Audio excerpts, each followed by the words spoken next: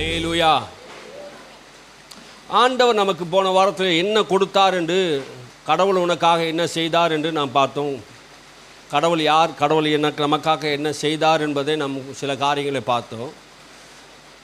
அது பார்த்துட்டு யாக்கோபு கடவுளை குறித்து என்ன சொன்னார்னு பார்த்தோம். எரோமியா கர்த்தரை குறித்து என்ன சொன்னார் என்று பார்த்தோம். கர்த்தர் நம்மிடத்தில் என்ன எதிர்பார்க்கிறார் என்று நாம் பார்த்தோம். ஆண்டவர் நம்மிடத்தில் எதிர்பார்க்கிறது என்ன? கடவுள்கிட்ட எதையாவது ஒரு காரியத்தை நாம் எதிர்பார்த்தோம் என்றால் ஆண்டவர் அதை உங்களுக்கு செய்யணும், நமக்கு செய்யணும் என்று நினைத்தால் ஆண்டவர் உங்களிடத்தில் எதிர்பார்க்கிற ஒரு காரியம் என்னன்னா விசுவாசம். அல்லேலூயா. பரலோகத்தில் இருக்கிற தேவன் உங்களுக்கு ஏதாவது ஒரு நன்மை செய்யணும்னு நினைக்கிறாரு.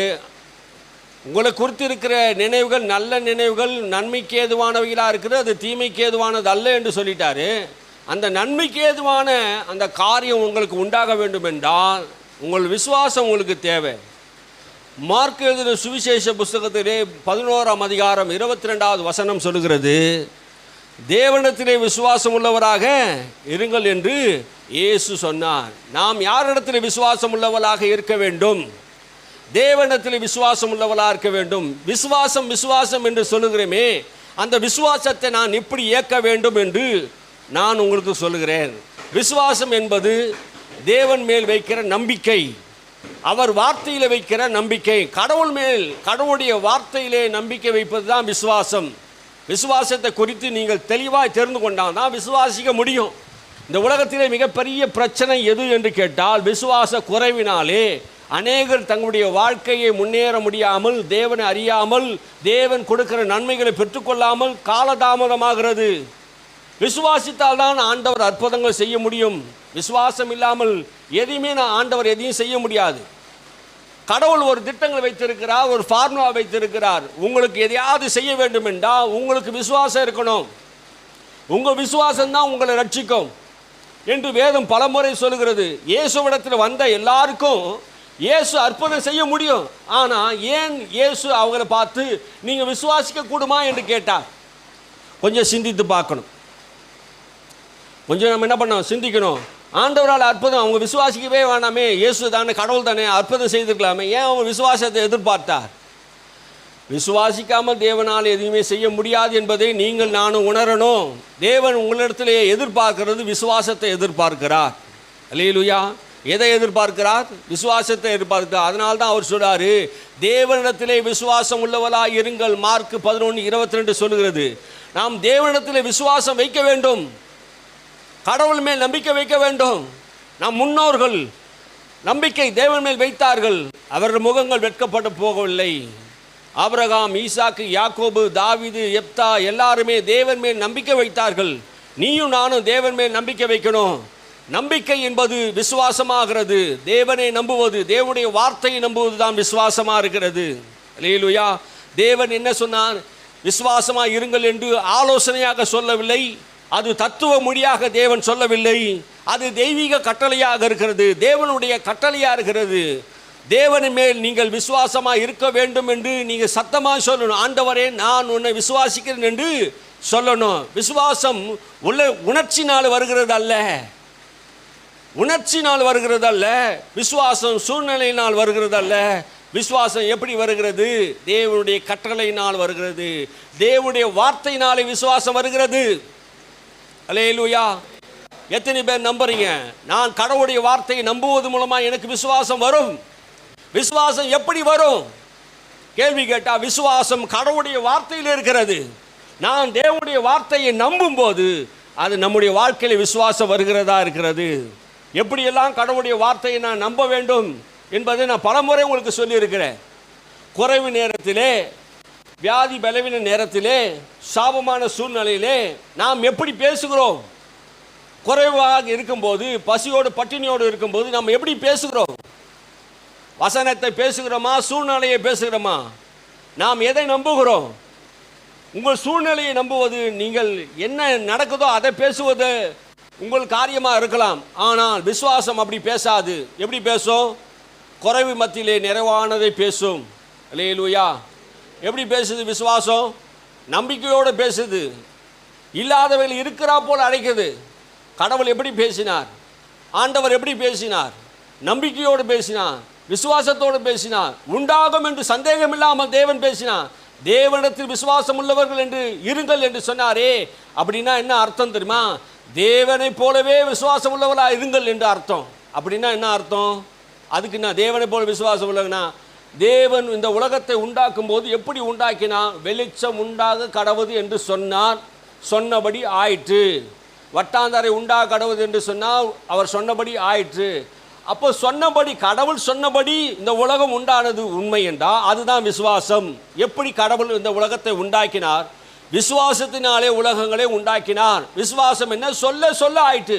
சூரியன் உண்டாக கடவுது, நட்சத்திரம் உண்டாக கடவுது, பூமி உண்டாக கடவுது, தண்ணீர் பிரிந்து இருக்க கடவுது என்று சொல்ல, இரவும் பகலும் உண்டாக கடவுது என்று சொன்னால் அப்படியே ஆயிற்று. அவர் சொன்னபடியே பூமியிலே எல்லாம் நடக்குது. அப்போ தேவனுடைய வார்த்தை எவ்வளவு வல்லமுள்ளதாக இருக்கிறது. ஆமென், அல்லேலூயா. அதனாலே வார்த்தை தேவனை போல நாம் பேச ஆரம்பிக்கணும். விசுவாசத்தினாலே நாம் எப்படி பேசணுமா? தேவனை போல பேசணும். விசுவாசித்தேன் ஆகினால் பேசினேன் என்று சொல்கிறாரே தாவீது. விசுவாசித்தா என்ன பண்ணுவோம்? பேச முடியும். விசுவாசம் தான் பேசக்கூடியதாக இருக்கிறது. நாம் பேசுகிறதெல்லாம் விசுவாசமான இருதயத்திலிருந்து தான் நாம் பேசுகிறோம். வாயில் வந்ததெல்லாம் நம்ம பேசினே இருந்தோம்னா நம்முடைய வாழ்க்கையில் தாறுமாறாக ஓடின்னு இருக்கும். நான் எதை விசுவாசிக்கணும் அதை பேசணும். சில பேர் பாருங்கள், யோசிக்கிறதெல்லாம் பேசினே இருப்பாங்க, நடக்கிறதெல்லாம் பேசினே இருப்பாங்க. அதெல்லாம் பேசிக்கிட்டு தான் உன் வாய்மொழியில் சிக்கு உண்டாய். தவறான காரியம். எதை நீ விசுவாசிக்கணும் என்று பவுல் சொல்கிறார். பவுல் என்ன சொல்ல வராரு? நீங்கள் வாசித்து பார்த்தீங்கன்னா ரோமர் புஸ்தகம் 10ஆம் அதிகாரம் 17ஆம் வசனத்தை நீங்கள் வாசித்தா, ஆதலால் விசுவாசம் கேள்வினால் வரும், கேள்வி தேவனுடைய வசனத்தினால் வரும். பவுல் என்ன சொல்றாரு? விசுவாசம் எப்படி வருமா? கேள்வினாலே வரும். கடவுளுடைய வார்த்தையை நீங்கள் கேட்பது மூலமாக விசுவாசம் வரும். அல்லேலூயா. கடவுளுடைய வார்த்தை தான் உனக்கு விசுவாசத்தை தூண்டும். லீஸ்திரா பட்டணத்திலே ஒரு மனுஷன் பிறந்ததிலிருந்து கால் நடவாமல் இருந்தான். பவுல் பேசிக்கொண்டு இருக்கிறதை அவன் கேட்டுக்கொண்டே இருந்தபோது அவனுக்கு விசுவாசம் வந்தது. எப்படி விசுவாசம் வந்தது? கடவுளுடைய வார்த்தையை கேட்டுக்கொண்டு லீஸ்திரா பட்டணத்திலே சப்பானியாக இருந்த ஒரு மனுஷன் கடவுளுடைய வார்த்தையை கேட்டான். பவுல் பேசிக்கொண்டு இருந்ததை கேட்டுக்கொண்டே இருக்கும்போது அவனுக்கு விசுவாசம் வந்ததை கண்டபோது அவனுக்கு அந்த விசுவாசம் வந்துடுச்சின்னு தெரிஞ்ச உடனே என்ன பண்ணியிருப்பாரு? உடனே உரத்த சத்தமா நீ எழுந்து நட என்று சொல்லி அவன் கையை பிடித்து தூக்கி விட்ட போது அவன் குதித்து எழுந்து நடந்தான். ஒரு நாளும் பிறந்த நாளில் இருந்து அவன் நடக்காத ஒரு மனுஷனாக இருந்தான். விசுவாசம் என்ன செய்யுது? ரட்சிப்பை உண்டாக்குறதா இருக்கிறது. கடவுளுடைய வார்த்தையை கேட்பது மூலமாக நமக்கு என்ன பண்ணுது? விசுவாசம் வருது. அல்லேலூயா. விசுவாசம் எப்படி வருது? கடவுளுடைய வார்த்தையை கேட்பது மூலமாக வருது. அப்போ எந்த வார்த்தையை நீங்கள் கேட்க போகிறீங்க? கடவுளுடைய வார்த்தை என்ன பண்ணணும்? தொடர்ந்து கேட்டுக்கினே இருக்கும். இப்போ உங்களுக்கு என்னத்தை போதிச்சுட்டு இருக்கோம்? விசுவாசத்தை போதிக்கிறோம். அப்போ கடவுள் மேலுடைய வார்த்தை மேல் நம்பிக்கையாக இருக்கிற மனுஷன் பாக்கியவான். விசுவாசம் எப்படி வரும்? கேள்வினால் வரும். எந்த கேள்வினால் வரும்? வசனத்தை கேட்பது மூலமாக வரும். அப்போது விசுவாசம் ஜபத்தின் மூலமாகவோ கெஞ்சுவது மூலமாகவோ அழுவது மூலமாகவோ வருவதில்லை. விசுவாசம் தேவனுடைய வார்த்தையில் வருகிறது. அப்போது நம்ம என்ன செய்யணும்? வசனத்தை கேட்கணும். அப்போ விசுவாசம் எப்படி வரும்? வசனத்தை கேட்கறது மூலமாக, காதில் கேட்கறது மூலமாக நமக்கு விசுவாசம் வரும் என்று பவுல் சொல்கிறாரு. அதே காரியத்தை நீங்கள் பாருங்கள். விசுவாசத்தை நாம் கற்றுக்கொள்ள வேண்டும். விசுவாசத்தை நம்ம என்ன பண்ணோம்? கற்றுக்கொள்ள வேண்டும். பிரச்சனையான சூழ்நிலையிலே, போராட்டமான சூழ்நிலையிலே நாம் என்ன பண்ணணுமா? வசனத்தை நாம் என்ன பண்ணணும்? நல்லா அறிக்கை செய்யணும், நல்லா விசுவாசத்தில் பேசணும். சபையானது விசுவாசத்தில் என்ன பண்ணணும்? நடக்க கற்றுக்கொள்ளணும். விசுவாசத்தில் நீங்கள் நடக்கும்போது என்ன நடக்கும்னா, உங்களை யாரும் அசைக்க முடியாது. நீங்கள் எதுவும் என்ன பண்ண முடியாது, அசைந்து போக மாட்டீர்கள். கர்த்தரை எனக்கு முன்பாக வைத்திருக்கிறேன், நான் அசைக்கப்படுவதில்லை என்று சொல்கிறாரே, அதுபோல் உங்களுடைய வாழ்க்கையில் எந்த ஒரு தடுமாற்றமும் இருக்காது. இயேசு சொன்னார், தேவனிடத்தில் விசுவாசம் உள்ளவர்களாக இருங்கள் என்று. தேவனிடத்தில் விசுவாசம் வைக்க முயற்சி செய் என்று சொல்லலை, முயற்சி செய்யணும் என்று சொல்லலை. அவர் விசுவாசம் வைத்திருங்கள் என்றும் சொன்னார். அவர் மேலே விசுவாசம் வையுங்கள் என்று சொன்னார். முயற்சி செய்யும்படியாக சொல்லலை. விசுவாசம் வைக்க முயற்சி செய்யுங்கள் சொல்ல, முயற்சி செய்யுங்கள் சொல்லவே இல்லை. என்ன சொல்லியிருக்கிறாரு? விசுவாசம் தேவனிடத்தில் வையுங்கள் என்று சொன்னார். விசுவாசம் சில இடத்துல ஒன்று இருக்கும் போகும். ஆனா இங்க பிரச்சனை என்ன தெரியுமா? நீங்க தேவனுடைய பிள்ளையா இருந்தா விசுவாசம் உங்களுக்குள்ள இருக்கும். நீங்க தேவனுடைய பிள்ளையா இல்லை என்றால் உங்களுக்கு விசுவாசம் இருக்காது. விசுவாசம் எல்லாருக்கும் ஆண்டவர் கொடுத்திருக்கிறார். எப்படி ஆண்டவர் கொடுத்திருக்கிறாரு? விசுவாசத்தை எப்படி கொடுத்திருக்கிறாரு? அவருடைய வார்த்தை நம்புவதன் மூலம் விசுவாசத்தை கொடுக்கிறார். விசுவாசத்தை தொடங்கினவர் யாரு? முடிக்கிறவர் யாரு? இயேசு கிறிஸ்து தான் விசுவாசத்தை தொடங்குறவரா, அவர் தான் முடிக்கிறவரா. அப்போ தேவன் மேல் நமக்கு விசுவாசம் வைக்கும்படியாக கொடுக்கிறார். அப்போ வேதம் சொல்லு, எபேசியர்ல சொல்லாது, விசுவாசத்தை கொண்டு கிருபையினாலே ரட்சிக்கப்பட்டீர்கள், இது உங்களால் உண்டானதல்ல, விசுவாசத்தை கொண்டு கிருபையினாலே ரட்சிக்கப்பட்டீர்கள். அப்போ கிருபையும் விசுவாசமும் தேவன் நமக்கு கொடுத்திருக்கிறார். நமக்கு என்ன கொடுத்திருக்கிறார் ஆண்டவர்? எனக்கு ஆண்டவர் என்ன கொடுத்தாருன்னு கேட்டீங்கன்னா, இந்த உலகத்திலே நீ வெற்றி உள்ளவனா வாழ்வதற்கு தேவன் மேல் விசுவாசமும், அந்த விசுவாசத்தை கிருபை மூலமாக தேவன் நமக்கு கொடுத்திருக்கிறார். ஆமென், அல்லேலூயா. கிருபை தான் நம்ம என்ன பண்ணுது? தாங்கக்கூடியதா இருக்குது. கிருபை கொண்டு விசுவாசத்தினாலே ரட்சிக்கப்பட்டீர்கள், இது உங்களால் உண்டான கிருபை உங்களால் உண்டாச்சா? யாரா இந்த உலகத்துல கிருபை கொண்டு வந்தாங்களா? யாரா இந்த உலகத்துல விசுவாசத்தை கொண்டு வந்தாங்களா? யாரும் கிருபையை கொண்டு வரல, யாரும் விசுவாசத்தை கொண்டு வரல. இது உங்களால் உண்டானதல்ல, இது உங்களால் செய்யவே முடியாது, உங்களால் பண்ணவும் முடியாது. இது தேவன் கொடுத்த ஈவு, தேவன் கொடுத்த ஈவு. இந்த விசுவாசத்தை எல்லாருக்கும் ஆண்டவர் கொடுத்திருக்கிறார், எல்லாருக்கும் கொடுத்திருக்கிறார். யாருக்கு எவ்வளவு கொடுத்திருக்கா? அவனுக்கு தக்கதாக அளவின்படி கொடுத்திருக்கிறார். நீ ரோமர் புஸ்தகம் 12ஆம் அதிகாரத்தில் 13ஆம் வசனத்தை வாசித்தா,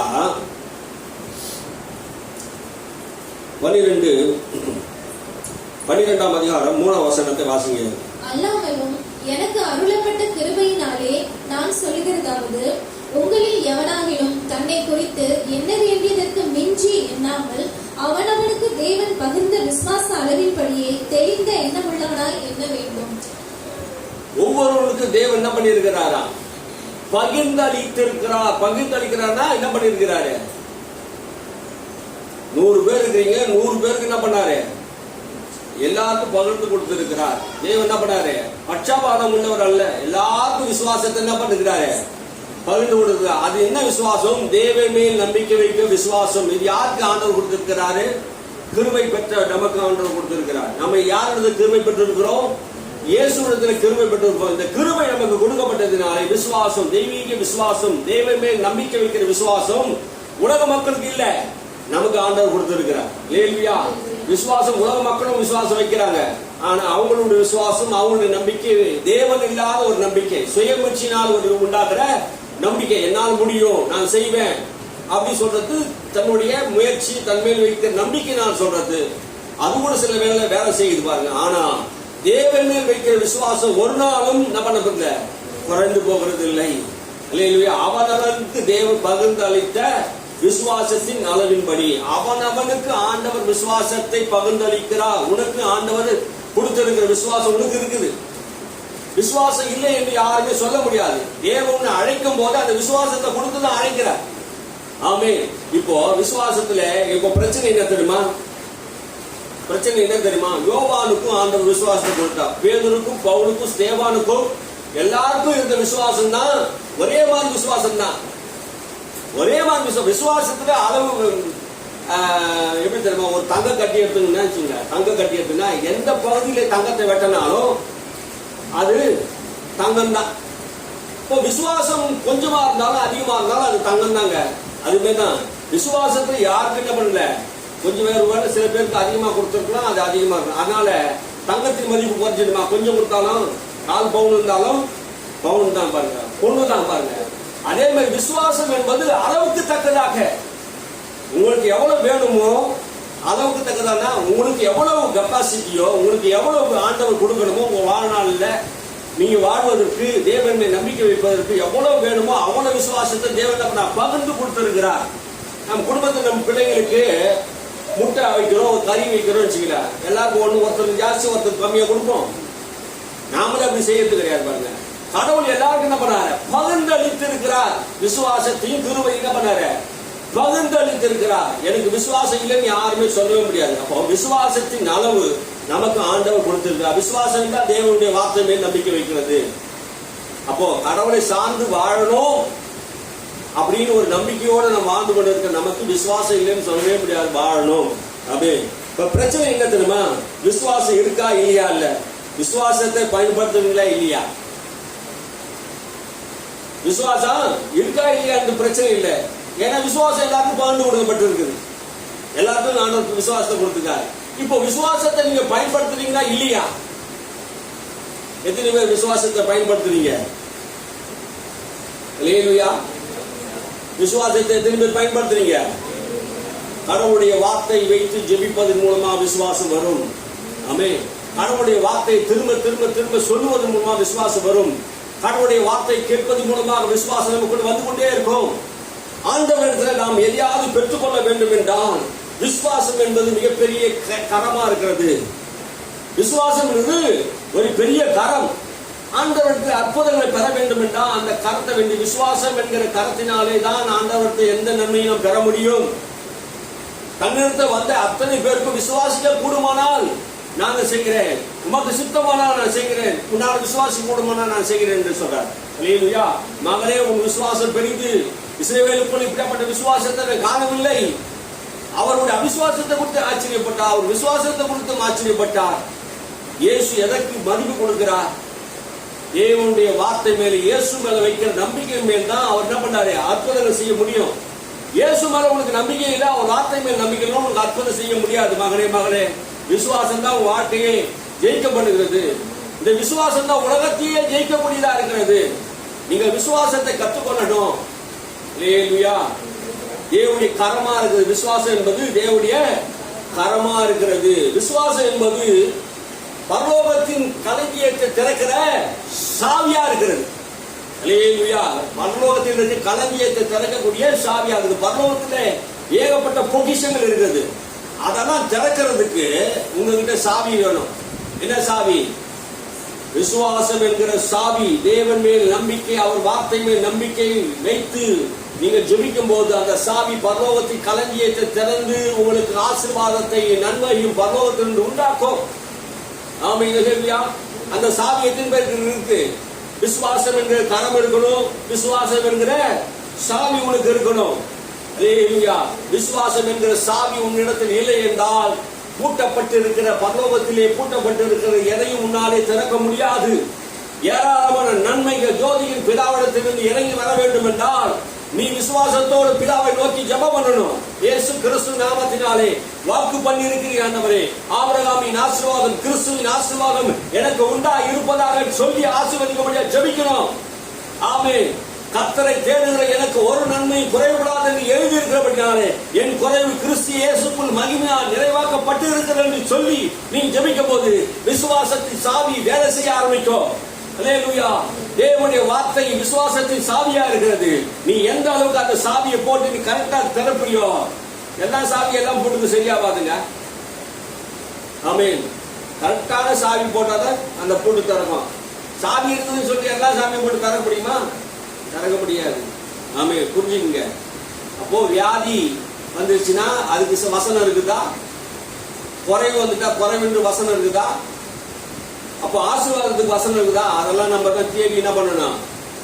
வாசிக்கணும். அல்லேலூயா. கடவுளுடைய வார்த்தை எந்த வார்த்தைக்கு எது பொருந்துமோ அந்த வார்த்தையை எடுத்து நம்ம என்ன பண்ணணும்? ஜெபம் பண்ணணும். நான் அடிக்கடி சொல்லுவேன், என் குடும்ப ரட்சிப்புக்காக கர்த்தராகிய இயேசு கிறிஸ்துவை விசுவாசி, அப்போது நீயும் உன் வீட்டாரும் ரட்சிக்கப்படுவீர் என்ற வசனத்தை வைத்து நான் என்ன பண்ணேன்? ஜெபம் பண்ணு. அப்போ அந்த வசனம் அப்போஸ்தலர் 16:32 என்ன சொல்லுது? கர்த்தராகிய இயேசு கிறிஸ்து விசுவாசி, அப்போது நீயும் வீட்டாரும் ரட்சிக்கப்படும். விசுவாசிக்கிற ஆண்டவரே என் வீட்டாரெல்லாம் ரட்சிக்கப்படுவதற்காக அப்படின்னு அந்த வசனத்தை சொல்லி ஜெபித்த போது இப்ப குடும்பமா ஆண்டவர் ரட்சிப்புக்குள்ள ஆண்டவர் கொண்டு வந்ததுக்கு காரணம் என்ன? எத்தனையோ ஊழியக்கார குடும்பத்துல, இன்னும் ஊழியக்கார குடும்பத்துல பிள்ளைகளும் அப்பா அம்மா அண்ணன் தம்பிக்கு ரட்சிக்கப்படல, சொந்த பந்தங்களும் ரட்சிக்கப்படல. ஏன் என் வாழ்க்கையில ஆண்டவர் செய்த அற்புதம், மிகப்பெரிய அற்புதம் எதுன்னு கேட்டீங்கன்னா ரட்சிப்பு. இந்த வசனத்தை அப்போஸ்தலர் 16:31-32 வசனத்தை நான் விசுவாசித்து அந்த வாக்குத்தத்தத்தை நம்பிக்கை ஆகிறதுனாலே ரட்சிப்புக்காக ஜெபிக்கும் போது குடும்பமே ரட்சிக்கப்பட்டிருக்கு. காரணம் இந்த வசனம் தான். அல்லேலூயா. என் வாழ்க்கையில தரித்திரம், என் வாழ்க்கையில கஷ்டங்கள் இருந்தது, பால் வாங்க கூட எனக்கு வசதி இல்லாத சூழ்நிலை நான் இருந்த போது, கஷ்டமான சூழ்நிலை இருந்த போது, சாப்பாட்டுக்கு வழி இல்லாத சூழ்நிலை இருக்கும் போது, வேலை செய்தாலும் குறைவோடு கூட இருந்த போது என்ன ஆண்டவரே வாழ்க்கை குறைவா இருக்கிறது அப்படின்ட்டு நான் போராடி ஜெபித்தேன். யாக்கோபை போல அந்த கீழ் விட்டு அந்த ஓடு போட்டு இருந்தது அந்த இடத்துல. அந்த இரவுக்குள்ள நான் ஜெபம் பண்ணேன். ஜெபம் பண்ணும்போது ஆண்டவர் எனக்கு ஒரு வெளிச்சத்தை கொடுத்தார், விசுவாசத்தை கற்றுக் கொடுத்தார். யாக்கோபை போல இரவு முழுவதும் நான் போராடி ஜெபித்த போது யாக்கோபை ஆசீர்வதித்த தேவன் என்னையும் நீர் ஆசீர்வதிக்க வேண்டும் என்று சொல்லி ஜெபம் பண்ணின போது ஆண்டவர் எனக்கு வாக்கு பண்ணினது, என் தேவன் தம்முடைய மகிமையின் ஐஸ்வரியத்தினால் என் பரவெல்லாம் கிறிஸ்து இயேசுக்குள் மகிமையினால் நிறைவாக்குவார் என்று பிலிப்பியர் 4:19 சொல்கிறது. என் தேவன் என் குறைவெல்லாம் கிறிஸ்துக்குள் நிறைவாக்குவார் என்று சொல்லி சொல்லி சொல்லி விசுவாசத்திலே வல்லவனானே. இன்னைக்கு எந்த குறைவில்லை. ₹1 நான் கடன் வாங்காமல் இருக்கிறதுக்கு காரணம் என்ன? இயேசுவை ஏற்றுக்கொண்டு 31 வருஷம் ஆகுது. 31 வருஷத்துல நான் யாரிடத்தில் கடன் பட்டது இல்ல. அநேக ஜாதிகளுக்கு நான் கடன் கொடுத்தேன், கடன் வாங்குறேன். ஆமென், அல்லேலூயா. கடன் கொடுக்கிறவனாக ஆண்டவர் நம்ம வைத்திருக்கிறார். வசனத்தை நம்ம என்ன பண்ணணும்? விசுவாசிக்கிற வசனத்தை என்ன பண்ணணும்? நம்பணும். அல்லேலூயா. அற்புதங்கள் அடையாளங்கள் உனக்கு நடக்கணும்னா விசுவாசம் ஒரு தேவ சட்டமா இருக்கிறது. அற்புதம் அடையாளம் உங்க வாழ்க்கையில் நடக்கிறது. விசுவாசம் ஒரு தேவ சட்டமா இருக்கிறது. அந்த சட்டம், விசுவாசம் என்கிற சட்டத்தை நீங்க கை கொண்டு நடக்க வேண்டும். அதான் சொல்றாரு மார்க் 16:17 சொல்லுது. என் நாமத்தினாலே வாசிங்க. மார்க் 16:17 16:17 வாசிங்க. டக்குனு மைக்கில் வாசிங்க. நடக்கும் அடையாளங்களாவன, விசுவாசிக்கிறவர்களாய் ஆண்டவர் விசுவாசத்தை கொடுத்திருக்கிறார். இப்ப விசுவாசம் என்கிற சட்டம் எப்படி வேலை செய்கிறது கவனிங்க. விசுவாசிக்கிறவர்களாய் நடக்கும் அடையாளங்கள் அவன, என் நாமத்தினாலே பிசாசுகளை துரத்துவார்கள், நவமான பாஷைகளை பேசுவார்கள், சர்ப்பங்களை எடுப்பார்கள், சாவுக்கு ஏதுவான யாதொன்றை குடித்தாலும் அது அவர்களை சேதப்படுத்தாது, வியாதியஸ்தர் மேல் கைகளை வைப்பார்கள், அப்பொழுது அவர்கள் சொஸ்தமாவார்கள் என்றார். வியாதியஸ்தர் மேல் கைகள் வைப்பார்கள். விசுவாசம் உள்ளவர்கள் மரித்தோரை எழுப்புவார்கள், சர்ப்பங்களை பிடிப்பார்கள், சாவுக்கு ஏதுவான யாதொன்று குடித்தாலும் அவர்கள் அதை சேதப்படுத்தாது. விசுவாசிக்கிறவால் நடக்கும் அடையாளங்கள். அப்போ விசுவாசம் என்ன? விசுவாசம் என்கிற மாபெரும் சட்டம் உனக்குள்ள விசுவாசம் இருக்கும் என்றால் இந்த காரியங்கள் நடக்கும். அல்லேலூயா. விசுவாசம் என்கிற ஒரு பெரிய சட்டம், தேவ சட்டமா இருக்கிறது. நீ தேவனிடத்தில் அற்புதங்கள் பெற வேண்டும்னா, மக்களுக்கு அற்புதங்கள் செய்யணும்னா இந்த சக்தியை நீ பயன்படுத்தணும். அல்லேலூயா. இந்த விசுவாசம் என்கிற சக்தியை நாம் பயன்படுத்தாவிட்டால் ஆண்டவர் எந்த அற்புதங்களும் செய்ய முடியாது. அப்போ குறைவுக்காக ஜெபம் பண்ணும்போது வசனத்தை எடுக்கிறோம், அற்புதங்கள் அடையாளத்துக்காக ஜெபம் பண்ணும்போது வசனத்தை எடுக்கணும், ஆசீர்வாதத்துக்காக வசனங்கள் எடுக்கும் போது வசனத்தை எடுத்து ஜெபம் பண்ணணும். அல்லேலூயா. அப்போ எல்லாத்துக்கும் நம்ம என்ன பண்ணணும்? வசனத்தையே நம்பணும், வசனத்தையே விசுவாசிக்கணும். ஆண்டவருக்கு பிரியமா இருக்கிற காரியம் தெரியுமா? விசுவாசம். விசுவாசம் தான் ஆண்டவருக்கு பிரியமான காரியம். விசுவாசம் இல்லாமல் தேவனுக்கு பிரியமா இருப்பது கூடாத காரியம் என்று எபிரேயர் 11:6 சொல்லுது. விசுவாசம் இல்லாமல் தேவனுக்கு பிரியமா இருப்பது கூடாத காரியம். அது கடினமான காரியம் அல்ல, அது கஷ்டமான காரியம் அல்ல, கூடாத காரியம். அதற்கு என்ன அர்த்தம்? கூடாத காரியம்னா நீங்க எவ்வளவுதான் அழுதாலும், நீங்க எவ்வளவுதான் முயற்சி செய்தாலும், நீங்க எவ்வளவுதான் தியாகம் செய்தாலும், நீங்க விசுவாசத்தை பயன்படுத்தினால்தான் தேவன் உங்களுக்கு உதவி செய்வார். புரியுதுங்களா? விசுவாசம் இல்லாம தேவனுக்கு பிரியமா இருப்பது கூடாத காரியம். அப்ப விசுவாசத்தை பயன்படுத்தினால்தான் ஆண்டவர் என்ன பண்ண முடியும்? உங்களுக்கு அற்புதத்தை செய்ய முடியும் என்பதுதான் அந்த வசனம் சொல்லு. விசுவாசம் இல்லாமல் தேவனுக்கு பிரியமா இருப்பது கூடாது. தேவன் எதிலுமே பிரியப்படுறார்? விசுவாசத்துல பிரியப்படுறார். அல்லேலூயா. அப்போ உங்ககிட்ட விசுவாசம் இருக்குதா? தேவன் உங்க மேல பிரியமா இருக்கிறாரா? யார் மேல ஆண்டவர் பிரியமா இருந்தார்? பாலும் தேவனும் ஓடுகிற தேசத்தை, நலமும் விசாலமான தேசத்தை ஆண்டவர் வாக்கு பண்ணினாரே, அந்த வார்த்தையை நம்பின காலேபும் யோசுவா மேல் கர்த்தர் பிரிய வைத்தார். அல்லேலூயா. யார் மேல ஆண்டவர் பிரிய வைத்தார்? அவங்க மேல பிரிய வைக்கிற 10 பேர் மேல பிரிய வைக்கிற அந்த கோத்திர பிதாக்கள் 10 பேர் போனாங்க பாரு, அவங்க மேல பிரிய வைக்கிற யோசுவா மேலும் காலேபு மேலும் அவர் பிரிய வைத்தார். ஏன் தெரியுமா? அவங்க மாத்திரம்தான் பாலும் தேனும் ஓடுகிற கானான் தேசத்தை நமக்கு கர்த்தர் தந்திருக்கிறார், நாம் போய் எளிதாக சுதந்திரிப்போம் என்று சொன்னார்கள். அவங்க தான் 2 பேர் தான் என்ன பண்ணாங்க? தேவனுடைய வார்த்தை வைத்தாங்க. விசுவாசத்தினால் நீதிமான் பிழைப்பான் என்று எழுதியிருக்கிறதே. அப்ப விசுவாசம் இல்லாம தேவனுக்கு பிரியமா இருப்பது கூடாத காரியம். நீ அழுதாலும், புலம்பினாலும், சத்தம் போட்டாலும், உபவாசித்தாலும், நீ ஜெபம் பண்ணினாலும், என்ன செய்தாலும் ஒரு காரியம் என்னன்னா விசுவாசம் வேணும். அல்லேலூயா. அதனால ஜெபம் பண்ணா வேண்டாம் சொல்லல, நீ ஜெபம் பண்ணுங்க. நல்லா ஜெபம் பண்ணுங்க. அப்போ அந்த ஜெபத்துல என்ன வேணும்? விசுவாசம் வேணும். நிறைய விசுவாசத்தை நீங்க என்ன பண்ணுங்க? கடவுளுடைய வார்த்தையை நம்புவதுதான் விசுவாசம். நீங்க விசுவாசத்தை பயன்படுத்தினால் தேவன், பயன்படுத்தாமல் இருந்தால் தேவன் பிரியப்பட மாட்டார். அல்லேலூயா. அப்போ தேவன் உங்க மேல் பிரியமா இருக்கணும்னா ஆண்டவர் என்னென்ன வாக்கு பண்ணி இருக்கிறார், என்னென்ன வாக்குத்தத்தம் கொடுத்திருக்கிறார் என்பதெல்லாம் நீ என்ன பண்ணணும்? எடுத்து வாசித்து இது பண்ணணும். வாக்குத்தத்தத்தை வாசித்து நீ பேசணும். இரண்டாவது ஒரு காரியத்தை உங்களுக்கு நான் சொல்லுகிறேன். விசுவாசத்தை எப்படி ஏற்க வேண்டும் என்பது இயேசு சில காரியங்களை சொல்லி கொடுத்திருக்கிறார். விசுவாசத்தை எப்படி ஏற்கணும் அப்படின்ட்டு மார்க் எழுதின சுவிசேஷத்தை எடுத்துக்கொள்ளுங்க. மார்க் எழுதின சுவிசேஷம் 11ஆம் அதிகாரத்துல அவர் ஒரு காரியத்தை ஆண்டவர் சொல்றாரு. எப்படி சொல்றாரு நீங்க பாருங்க, நீங்க கவனிங்க, நிதானமா நான் உங்களுக்கு சொல்லி கொடுக்கணும்னு நினைக்கிறேன். மார்க் எழுதின சுவிசேஷம் 11ஆம் அதிகாரம் 23வது வசனத்தை வாசிப்போம்.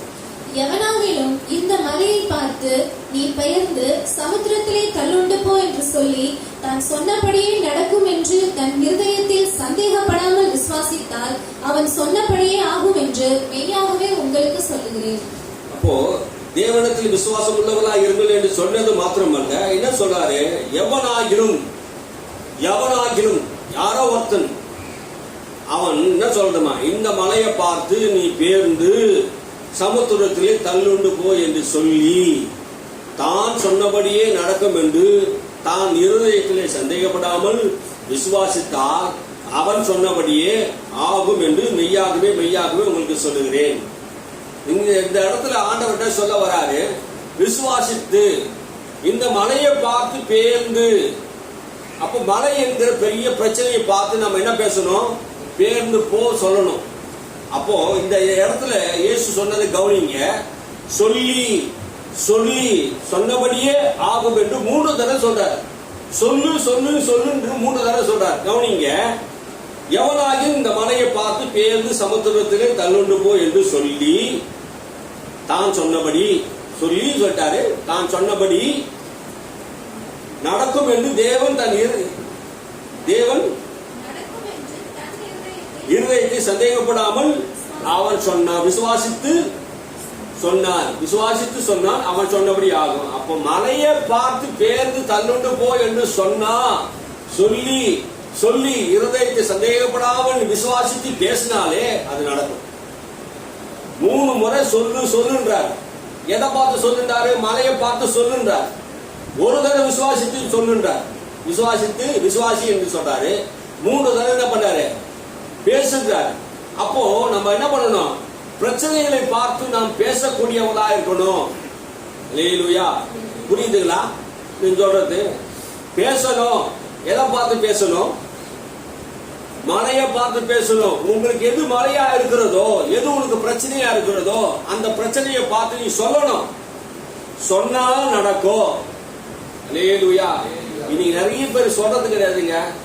சொன்னா எப்படி நடக்கும் அப்படின்னு அதுலயே சந்தேகம். நீ சந்தேகப்படாமல் சொல்லுதான் சொன்னாரு. மலையை பார்த்து எடுத்தா தெரியுமே, இந்த மலை பேர்ந்து போகாதுன்னு தெரியுமே. அது எப்படி பேர்ந்து போக சொன்னா எப்படி நடக்கும்? சொன்னா நடக்குங்க. நடந்துக்குது. நிறைய உதாரணம் ஊமைகள்லாம் நான் சொல்லலாம். ஆனாலும் உங்களுக்கு நான் வேத வசனத்தை சொல்றேன். நான் விசுவாசத்தை நம்ம என்ன பண்ணணும்? அறிக்கையிடணும். விசுவாசத்தை நான் என்ன பண்ணணும்? அறிக்கையிடணும். விசுவாசத்தை நான் என்ன பண்ணணும்? வெளிப்படையா பேசணும். விசுவாசம் பேசப்படணும். விசுவாசம் அறிக்கையிடப்படணும். உங்க உதடுகள் உங்கள் இருதயமோ எதை விசுவாசிக்கிறதோ அதை என்ன பண்ணணும்? வாயினாலே சொல்ல வேண்டும். உங்கள் இருதயமோ உங்க வாயும் எதை விசுவாசிக்குதோ அதை என்ன பண்ணணும்? வாயினாலே சொல்லணும். அதை நம்ம சொல்லாவிட்டால் எதுவும் நடக்காது. விசுவாசம் எப்படி இயக்கப்படுகிறது என்றால் நீங்கள் பேசுவது மூலமாக தான் விசுவாசம் இயக்கப்படுகிறது. அதனால்தான் இயேசு சொன்னார், நீங்க சொல்லி நான் சொன்னபடி நடக்கும் என்று நீங்க சொன்னா, நீங்க சந்தேகப்படாமல் சொன்னா நீங்க சொன்னபடியே ஆகும். நீங்க சொன்னபடியே ஆகும். மரணமும் ஜீவனும் நாவின் அதிகாரத்தின் கீழ் இருக்கிறது. நீங்க சொல்வதை குறித்து சரியாக வார்த்தைகளை உச்சரிப்பீர்கள் என்றால் உங்கள் வார்த்தை உங்களுக்கு ஜீவனை கொடுக்கும் அல்லது மரணத்தை உண்டாக்கும். கவலைகளையும் கண்ணீரையும் நீங்க பேசிக்கொண்டே இருப்பீர்கள் என்றால், வியாதிகளையும் தரித்திரத்தையும் பேசிக்கொண்டே இருப்பீர்கள் என்றால் உங்களுக்கு வியாதியும் தரித்திரமும் ஆளுகை செய்யும். அப்போ நீங்க எதை பேசணும்? தேவனுடைய வார்த்தையை நீங்க பேசிக்கொண்டே இருப்பீர்கள் என்றால் அந்த வார்த்தை உங்களை என்ன பண்ணும்? ஆளுகை செய்யும். அல்லேலூயா. அப்போ ரட்சிப்பு கூட நமக்கு எப்படி வருது? ரட்சிப்பு எப்படி வருது? ரோமர் 10:9 என்ன சொல்றாரு பவுல்? என்னவென்றால் கர்த்தராகிய இயேசு கிறிஸ்துவை நீ உன் வாயினாலே அறிக்கையிட்டு. அப்ப என்ன சொல்றாரு? இயேசு கிறிஸ்துவ ரட்சிப்பு எப்படி உண்டாகுதுன்னா இயேசு கிறிஸ்துவ உன் வாயினால் அறிக்கையிடணுமா. அறிக்கையிட்டு தேவன் அவர் மரித்தோரிலிருந்து எழுப்பினார் என்று உன் இருதயத்திலே விசுவாசித்தால் ரட்சிக்கப்படுவார். அப்போ ரட்சிப்பு கூட எப்படி வருது? உன் இருதயத்தில் விசுவாசிக்கணும். என்னவென்றா கர்த்தராகிய இயேசு கிறிஸ்துவை உன் வாயினாலே அறிக்கையிட்டு. இயேசு கிறிஸ்துவ என்ன பண்ணா? வாயினாலே அறிக்கையிடணும். இயேசுவின் ஆண்டவர், இயேசுவின் ரட்சகர், இயேசுவின் தெய்வம் அப்படின்னு நீ சொன்னாதான் ரட்சிப்பு உண்டாகும். வாயினால் அறிக்கையிட்டு தேவன் அவரை மரித்தோரிலிருந்து எழுப்பினார் என்று விசுவாசத்தால் ரட்சிக்கப்படுவேன். அப்போ விசுவாசம் எப்படி சொல்றாரு? விசுவாசம் என்னது? இயேசு கிறிஸ்து என்ன சொன்னாரு? விசுவாசித்தால் தான் ரட்சிப்பு உண்டாகும். விசுவாசித்து பேசுன்னு சொல்லிட்டாரு. அவர் என்ன செய்தார்? இயேசு கிறிஸ்து என்ன செய்தாரு? லாசருவே எழுந்து வெளியே வான்னு. மரித்து போன சரீரத்தை பார்த்து லாசருவே எழுந்து வா என்றார். அவர் செத்து போயிட்டான். ஆனா அவர் என்ன விசுவாசிக்கிறாரு? அவன் மரிக்கல, இன்னும் நித்திரையா தான் இருக்கிறான், அவனுக்குள்ள உயிர் இருக்குது விசுவாசிக்கிறார். காற்றும் கடலையும் பார்த்து இறையாத அமைதலா என்று சொன்னார். அது அமைதலா ஆயிடுச்சு. தண்ணீரை பார்த்து திராட்சரசமா மாறி சொன்னா திராட்சரசமா மாறி. அசுத்தாவியை பார்த்து சொன்னாரு புறப்பட்டு போன்னு சொன்னா புறப்பட்டு போயிடுச்சு. அத்திமரத்தை பார்த்து சொன்னாரு இனி ஒரு காலம் ஒன்று கனி உண்டாக இருப்பதாக என்று சொன்னாரு, கனி கொடுக்காம போயிடுச்சு. அப்போ இயேசு என்ன சொன்னாரோ அது நடந்தது. அதே போலதான் நாமும் விசுவாசித்து என்ன சொன்னாலும் நடக்கும் என்பது நீ விசுவாசிக்கணும். உன் இருதயத்தை சந்தேகப்படாம நீ சொன்னா நடக்கும். உன் சரீரத்தில் வியாதியை பார்த்து நீ சொல்லலாம், சொன்னா நடக்கும். சொல்லணும். எப்படி சொல்றீங்க? தப்பு தப்பா சொன்னா தப்பு தப்பா தான் நடக்கும். சரியான ஆன்சர் எழுதுற பாருங்க, சரியான பதிலை நம்ம சொல்லணும். அப்போ சரியான வார்த்தைகளை பேசும்போதுதான் ஆண்டவர் நம்ம ரட்சிப்பார். நீதி உண்டாக 10ஆம் வசனம், நீதி உண்டாக இருதயத்தில் விசுவாசிக்கப்படும், ரட்சிப்பு உண்டாக வாயினால் அறிக்கப்படும். அப்ப நீதி உண்டாகுதா? நீதி உண்டாக இருதயத்தை நம்ம விசுவாசிக்கிறோம். ஆனா அது வெளியே வரணும்னா அது வாயினாலே அறிக்கையிடப்படணும். எது வாயினால் அறிக்கையிடப்படணும்? விசுவாசித்தே நான் பேசினேன். எது அறிக்கையிட்டான் தாவீது? எது அறிக்கையிட்டான்? இன்றைய தினம் கோலியாத்தை உன்னை நான் கொன்று இஸ்ரவேலில் ஒரு தேவன் உண்டு என்பதை பூலோகத்தார் யாவரும் அறிந்து கொள்ளும்படியாக செய்வேன். நீ எம்மாத்திரம் இன்னைக்கு உன் தலையை நான் வாங்குவேன். கடவுள் சொன்னாரா அவங்கிட்ட? இல்ல. 1,00,000 பேர் பயப்படுறாங்க. ராணுவ பேர் சின்ன பையன் 20 வயசு கூட ஆகல, 17-18 வயசு தான் இருக்கும். வீச கூட முளைக்காத சின்ன பையன். அவன் கடவுள் மேல நம்பிக்கை வைத்தான். எல்லாரும் பார்த்து இப்ப பயந்த கோலியாத்து. அதுதான் மலை. உங்க வாழ்க்கையில் இருக்க மலை இது. கோலியாத்து தான் பெரிய மலை. அந்த மலையை பார்த்து எல்லாரும் பயப்படுறாங்க. சின்ன பையனுக்கு பயம் இல்ல. காரணம் என்ன? தாவீது கர்த்தரோட கூட இருந்தான். கர்த்தர் அவனோட கூட இருந்தார். அல்லேலூயா. இவனுடைய பேச்சு எப்படி இருந்தது? இந்த கோலியாத் ஏமாத்திரம், இந்த வெறுத்து செதறு பண்ணான இந்த பெலிஸ்தீன் ஏமாத்திரம், இந்த பிசாசு ஏமாத்திரம் நமக்கு. அல்லேலூயா. இவனை நான் கொன்று இவன் தலையை நான் வாங்குவேன். இன்றைய நாளிலே ஆகாயத்தின் பறவைக்கு நான் போடுவேன். கோலியாத்து பெரிய ராட்சசங்க. 11 அடி அகலம். அவன் ஆளை பார்த்த வாட்டஞ்சாட்டமா இருக்கிறான். தாவீது தக்காளி மாதிரி சும்மா சுண்டகா மாதிரி இருந்தான் பையன். காலில் போட்டு மறிச்சா நெசிங்க போடுவான். ஆனா அவனுக்கு விசுவாசம் இருந்ததுங்க. அல்லேலூயா. பெரிய உருவத்தை பார்த்து பயந்தவன் அல்ல. விசுவாசம் இருந்தா பெரிய உருவத்தை பார்த்து பயப்பட வேண்டிய அவசியம் இல்லை. உனக்குள்ள விசுவாசம் இருக்குமானா உன் தேவன் எவ்வளவு பெரியவர் என்பதை பேசுவேன். அல்லேலூயா. உன் பிரச்சனையை பார்த்து சொல்லு. உன் பிரச்சனை பெருசு என்று நீ சொல்லிக் கொண்டிருக்காதே. ஜார்ஜ் முல்லர் சொன்னார், பிரச்சனைகளை பார்த்து உன் பிரச்சனை எவ்வளவு பெருசு என்று நீ பிரச்சனைகளை பார்த்து என் பிரச்சனை எவ்வளவு பெருசு என்று நீ பேசினே இருக்காதீங்க. பிரச்சனையை பார்த்து சொல்லுங்க என் தேவன் எவ்வளவு பெரியவர் என்று. அல்லேலூயா. நம்ம பிரச்சனையை தான் பெருசா பேசிட்டு இருக்கிறோம். சின்ன பலூன் நம்ம என்ன பண்றோம்? ஊதி ஊதி பெருசாகிறோம். சொல்லி சொல்லி என்ன பண்றோம்? பெருசாகினே இருக்கிறோம். பிரச்சனைகளை சொல்லி சொல்லி சொல்லி பலூன் ஊதுற மாதிரி ஊதி. நந்தவனத்தில் ஒரு ஆண்டி 4 மாதமாக வேண்டி கூத்தாடி கூத்தாடி போட்டு உடைத்தாண்டி அப்படி சொன்ன மாதிரி நம்ம பேசி பேசி என்ன பண்ணிட்டோம்? நம்முடைய வாழ்க்கையை நாசமாக்கிட்டோம். கோலியாத்து வீழ்த்தினது எது தெரியுமா? தாவீது கல்லால கொண்டதை காட்டில முதல் சொல்லால கொண்டுட்டான். அல்லேலூயா. சொன்னான், வாயிட்டு அறிக்கை செய்தான், இன்னைக்கு நான் உன்னை கொல்ல வேண்டாம், உன் தலையை நான் வாங்குவேன், ஆகாயத்து பறவைகளுக்கு இரையா போடுவேன். அல்லேலூயா. அவனால முடிஞ்சுதா? சொன்னது நடந்ததா? நடந்ததுங்க. அவன் ஒரு போர் வீரனும் கிடையாது, ஒரு யுத்த சமர்த்தனும் கிடையாது. ஆனா அவனுக்கு இருந்தது விசுவாசம் மாத்திரம் தான். அல்லேலூயா. தாவீது சொன்னானா, சொன்னதை தான் செய்தான். என்ன பேசினானோ விசுவாசித்தானோ அதை அவன் செய்தான். அன்னைக்கே அவன் கொண்டு போட்டான், அவன் தலையை தூக்கினான். அல்லேலூயா.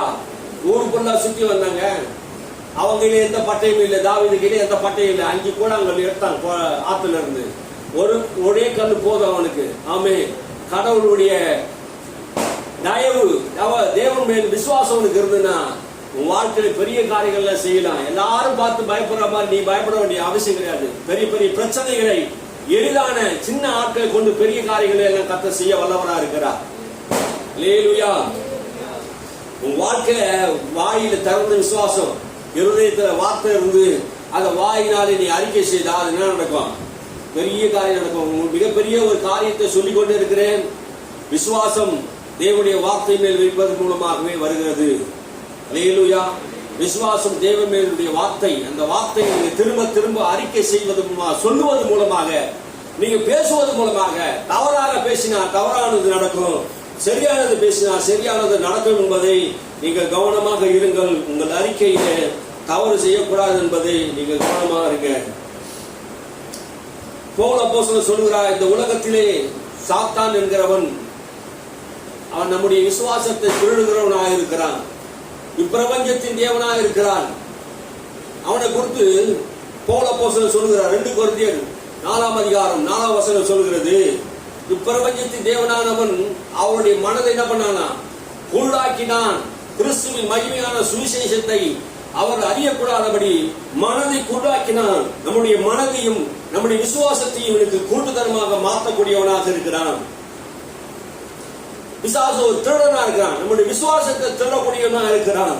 இயேசு அவனை என்ன செய்தார்? கொலோசியர் புத்தகம் 2ஆம் அதிகாரம் 15ஆம் வசனம் சொல்லுகிறது, அவனை சிலுவையிலே தோல் உரித்தார். ஆமே. சிலுவையில் என்ன பண்ணாரா? தோல் உரித்தார். ஆமே. சிலுவையிலே வெற்றி சிறந்தார். என்ன வெற்றி சிறந்தார்? துரைத்தனங்களும் அதிகாரங்களும் எல்லாவற்றையும் என்ன பண்ணாரு? உரிந்து கொண்டு சிலுவையிலே சாத்தானை ஜெயித்து அவனை என்ன பண்ணார்? தோல் உரித்தார். அவனை தோற்கடித்தார்.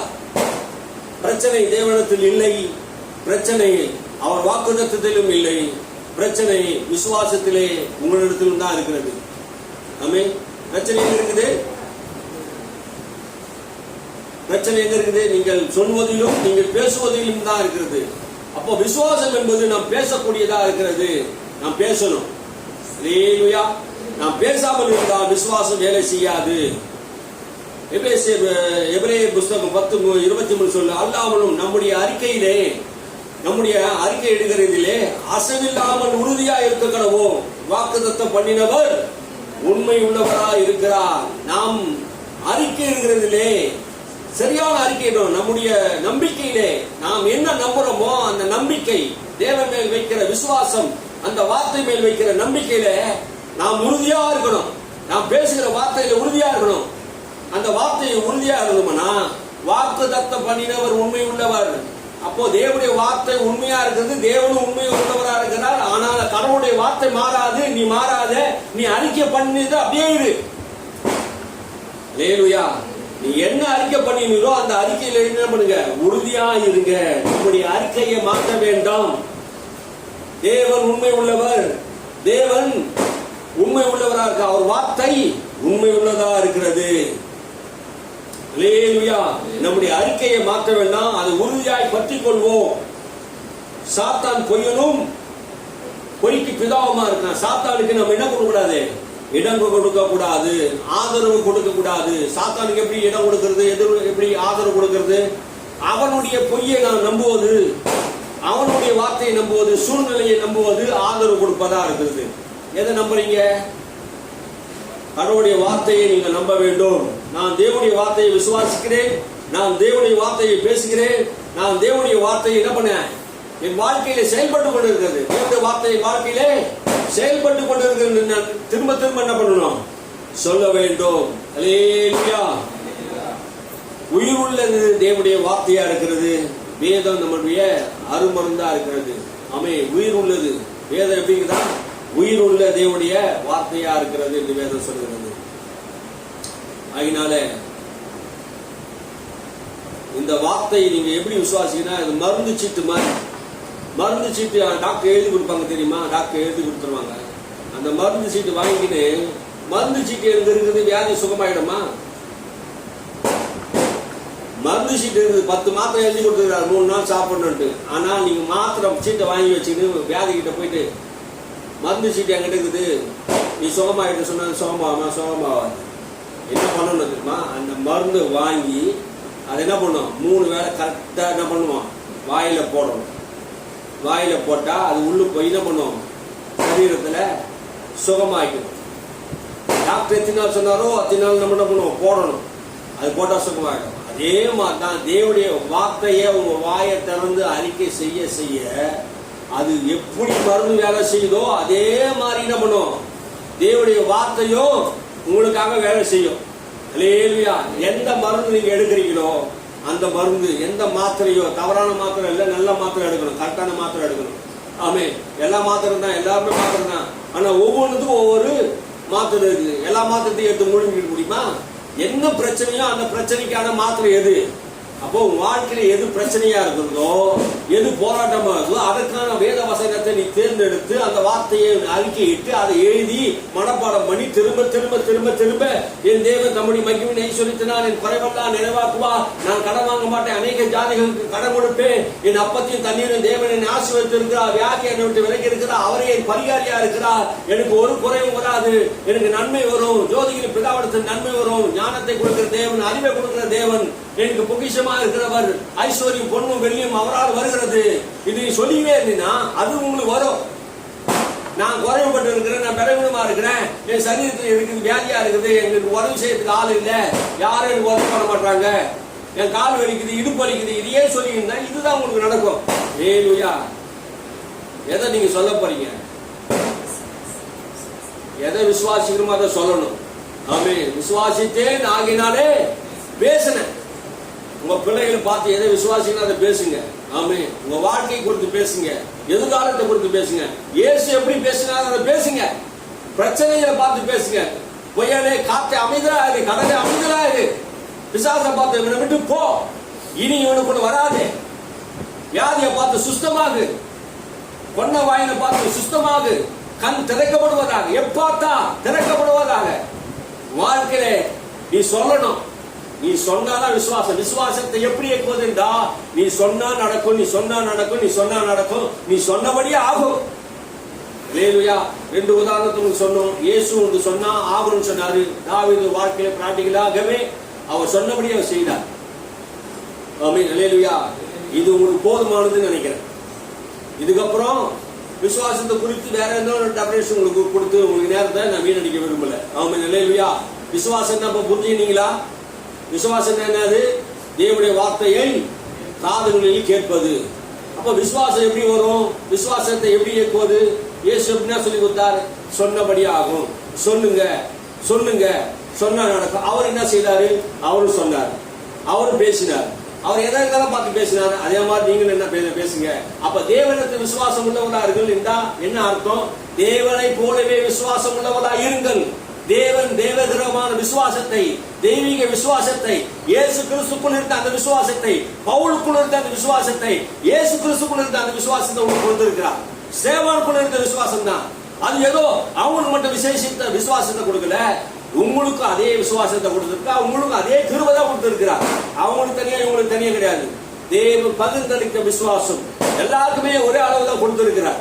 பகிர்ந்து கொடுக்கிறார். ஒரு வழக்கு ஒருத்தர் கூட்டி இருக்கான், ஒருத்தர் குறைச்சல் இருக்கிறான். ஆனா விசுவாசத்தை பூர்ணமானது, கடுகளவு விசுவாசம் இருந்தால் போதும். இந்த காற்றத்திய மாறத்தை பார்த்து நீ சொல்லி அது பிடுங்கி வேரோட கூட நடுக்கடலில் தள்ளப்படுவாய் என்று சொன்ன, நடப்படுவாய் என்று சொன்னா நீ சொன்னபடி ஆகுமா? அல்லேலூயா. வேதம் பொய் சொல்லுங்க, நீங்க சொல்லுங்க, நீங்க சொன்னபடியே ஆகும். அல்லேலூயா. கர்த்தர் என் தலையை நிமிர பண்ணுவா. சொல்லுங்க, என்னை கீர்த்தி போச்சுமா வைப்பார். நான் போகிற இடமெல்லாம் ஆசீர்வாதமா இருக்கும், என் குடும்பம் ஆசீர்வாதமா இருக்கும். எனக்கு ஒரு நன்மையும் குறைபடாது. நான் கையிட்டு செய்கிற எல்லா தொழிலும் கர்த்தர் ஆசீர்வதிப்பார். வெள்ளியும் பொண்ணும் கர்த்தருடையது, அதையெல்லாம் எங்களுக்கு தருவார். ஆமென், அல்லேலூயா. எல்லாம் தருவாருங்க. எத்தனை பேர் சொல்லல பாருங்க, சொல்லாதவங்களுக்கு தரமாட்டார். ஆமென். வெள்ளியும் பொண்ணு எல்லாருக்கும் தேவை தானே. நீ சொன்னா உங்களுக்கு தருவாரு, சொல்லாத ஆளுங்களுக்கு தரவே மாட்டாரு. வெள்ளி யாருக்கு, பொண்ணு யாருக்குங்க? யாருக்கு? வேதம் என்ன சொல்லுது? வெள்ளியும் பொண்ணும். இன்னைக்கு நிறைய பேர் பிசாசுடையன்னு சொல்லிட்டு இருக்கிறான். வெள்ளியும் பொண்ணு பிசாசுடையது, வெள்ளியும் வானா பொண்ணு வானான்னு புத்தியிலே அந்தகாரம் அடைந்து இருக்கிறார்கள். பூமியை உண்டாக்கினவர், வானத்தை உண்டாக்கினவர், பூமியும் பரலோகத்தையும் உண்டாக்கினவர் கடவுள். பூமியின் மேல் இருக்கிறது எல்லாம் கடவுளுடையது. பூமி அனைத்தும் கர்த்தருடையது. அது மனுபுத்திரனுக்கு கொடுத்திருக்கிறார். தங்கம்லாம் யாருடையது? சேட்டுடையது வச்சுக்கிறாங்க. எல்லா தங்கமும் சேட்டுகளுடையதுன்னு அவன் தான் வச்சுருக்கிறான். அவன் என்ன பண்றான்? தங்கத்தை நம்புறான்.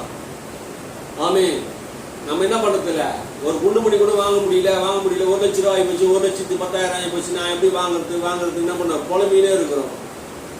ஒரு நாள் வருது, ஆமே, தங்கம் எல்லாம் நம்ம கால் கீழே இருக்குது. அல்லேலூயா, அல்லேலூயா. தங்கம் ஒரு பெரிய பொருட்டே கிடையாதுங்க.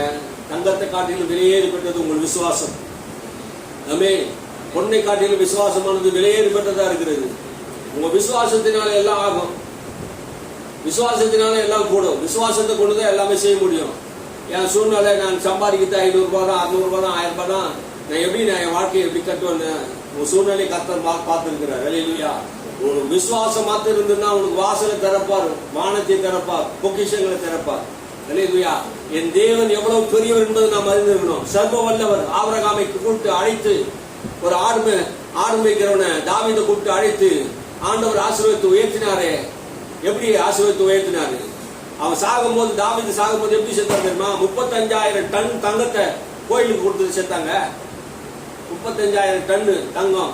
யாருன்னா கால்குலேட்டர் வச்சிருக்கீங்களா? போட்டு பாருங்க. கம்ப்யூட்டர் வச்சுட்டா போட்டு பாருங்க. கம்ப்யூட்டர் குழம்பிடும். கணக்கு மதிப்பே இல்லை. 35,000 டன்னு தங்கத்தை வேலை சொல்ல முடியுமா இன்னைக்கு? அவளை சாலமோனுடைய ஆலயத்துக்கு அவளை எழுதி வச்சாரு. ஜனங்களும் அவளை கொடுத்தாங்க. வெள்ளியும் பொண்ணும் கர்த்தருடையது என்பதை நாங்கள் விசுவாசிக்கிறோம். ஆமென், அல்லேலூயா. நம்புங்க. ஐஸ்வர்யம் கர்த்தருடையது. ஐஸ்வர்ய சம்பன்னரா இருக்கிறார். நீ தரித்திரமா வாழ்வது தேவனுடைய சித்தமே கிடையாது. ஆமென். இந்த விசுவாசத்தை கொஞ்ச நாள் நம்ம என்ன பண்ணிட்டோம்? அறிக்கை பண்றதுல விட்டுட்டோம். விடக்கூடாது. ஆமென், அல்லேலூயா. விடாம என்ன பண்ணுவோம்? அறிக்கை செய்வோம், வசனத்தை சொல்லுவோம், சூழ்நிலையை மாற்றுவோம். கர்த்தர் பெரிய காரியங்கள் செய்வார். நம்ம ஜெபம் பண்ணுவோம்.